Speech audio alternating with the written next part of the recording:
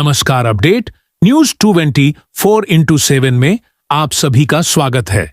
खबरों को विस्तार से आपको बताते हैं।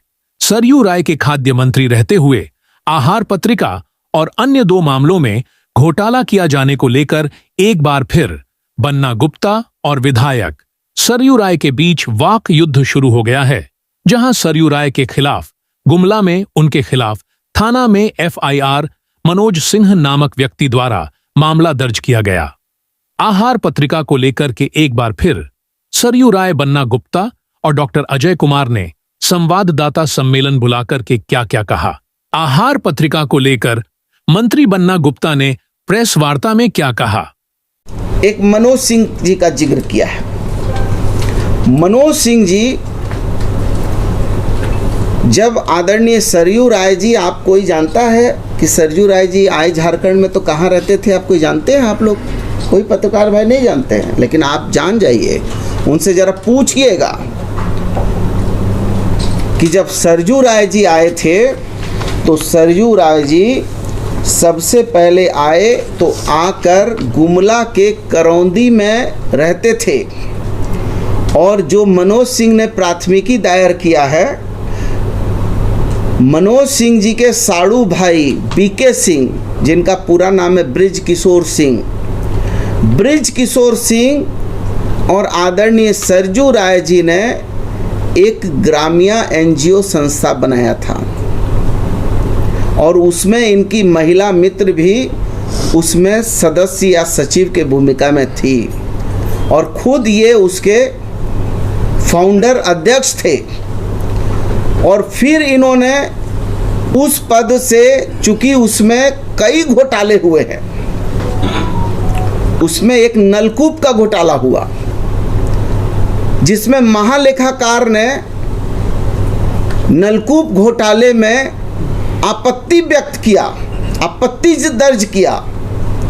इनका संस्था था ग्राम्या, और जब महालेखाकार ने आपत्ति दर्ज किया, उप विकास आयुक्त ने इसकी जांच बैठा दी, तब इन्होंने अध्यक्ष पद खुद छोड़ दिया और ब्रज किशोर सिंह अध्यक्ष बन गए। ये ब्रज किशोर सिंह वही हैं जो मनोज सिंह जी के साड़ू भाई हैं, और ब्रज किशोर जी के ससुराल में आदरणीय सरयू राय जी रहा करते थे।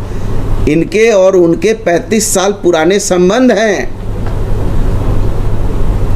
और आज ये कह रहे हैं कि और मनोज सिंह जी के पास इनके विरुद्ध में बड़ा कच्चा चिट्ठा है।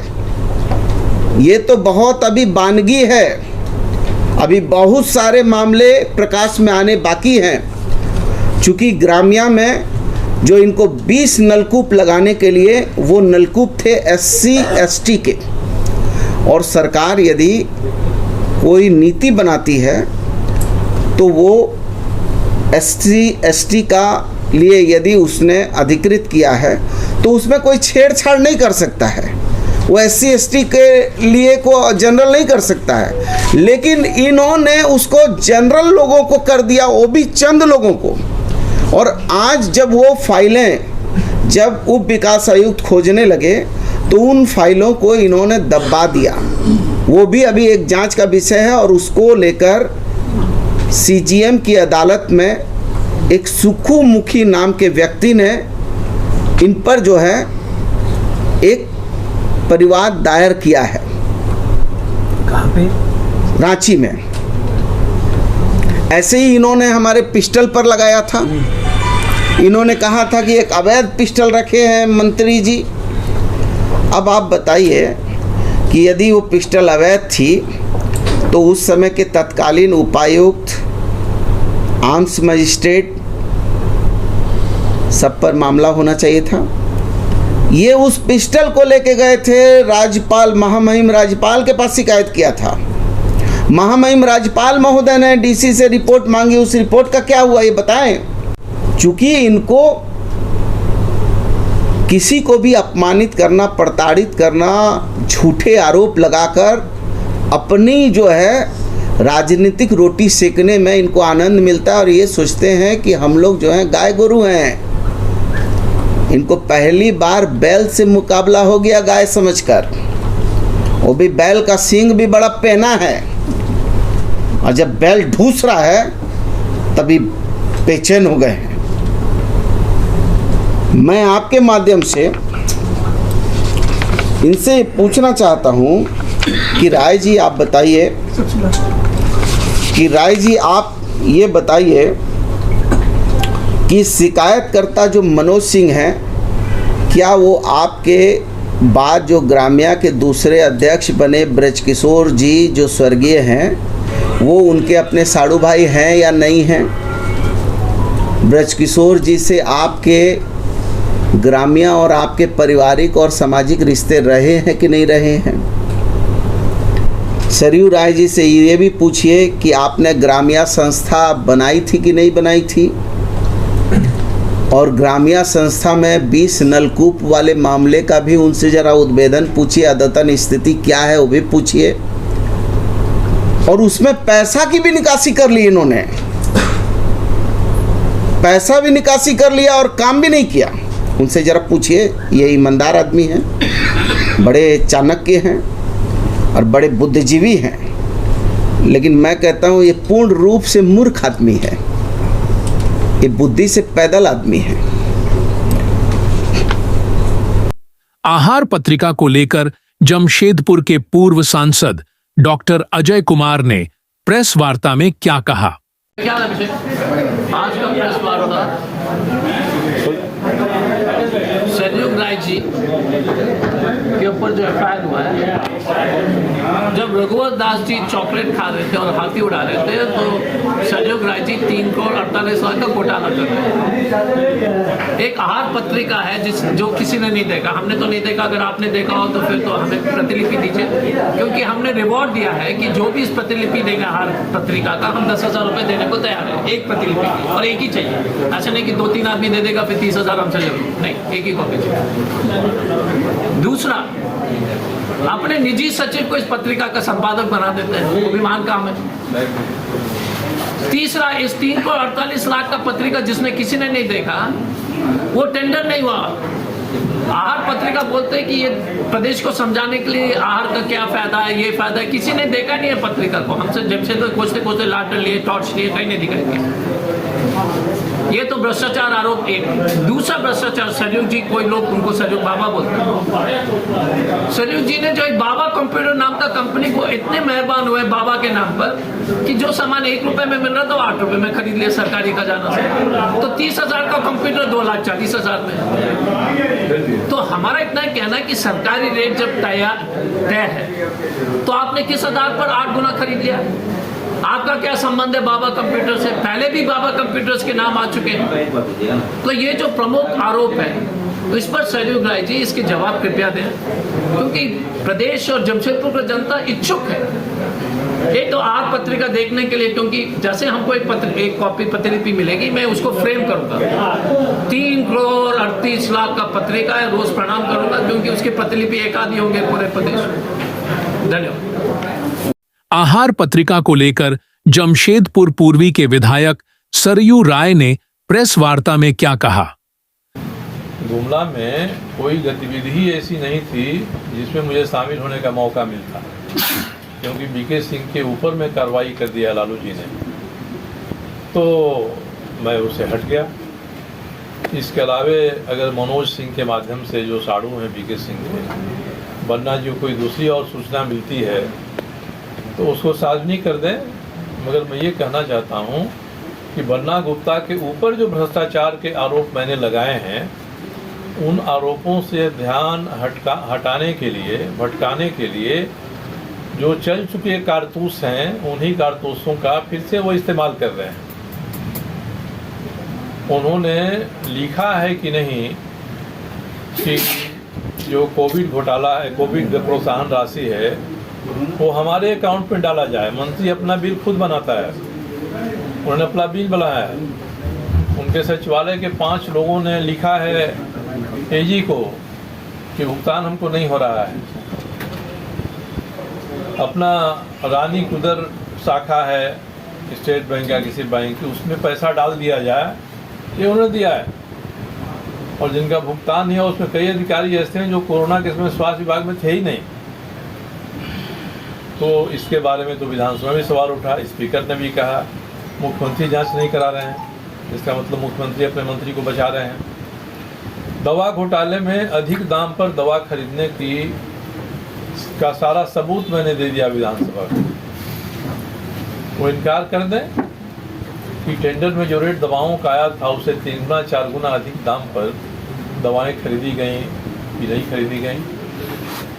उन्होंने आयुष के रजिस्ट्रार की बहाली की, अपने से आदेश जारी कर दिया कि अमुक आदमी को मैं बहाल करता हूं, यदि ये योग्य है कि नहीं इसको जांचने के लिए 4 लोगों की कमेटी बना दी जाए उसकी योग्यता के बारे में। मगर जिन 17 लोगों से आवेदन लिया गया था उसमें प्रायः सभी लोग इस आदमी से योग्य थे।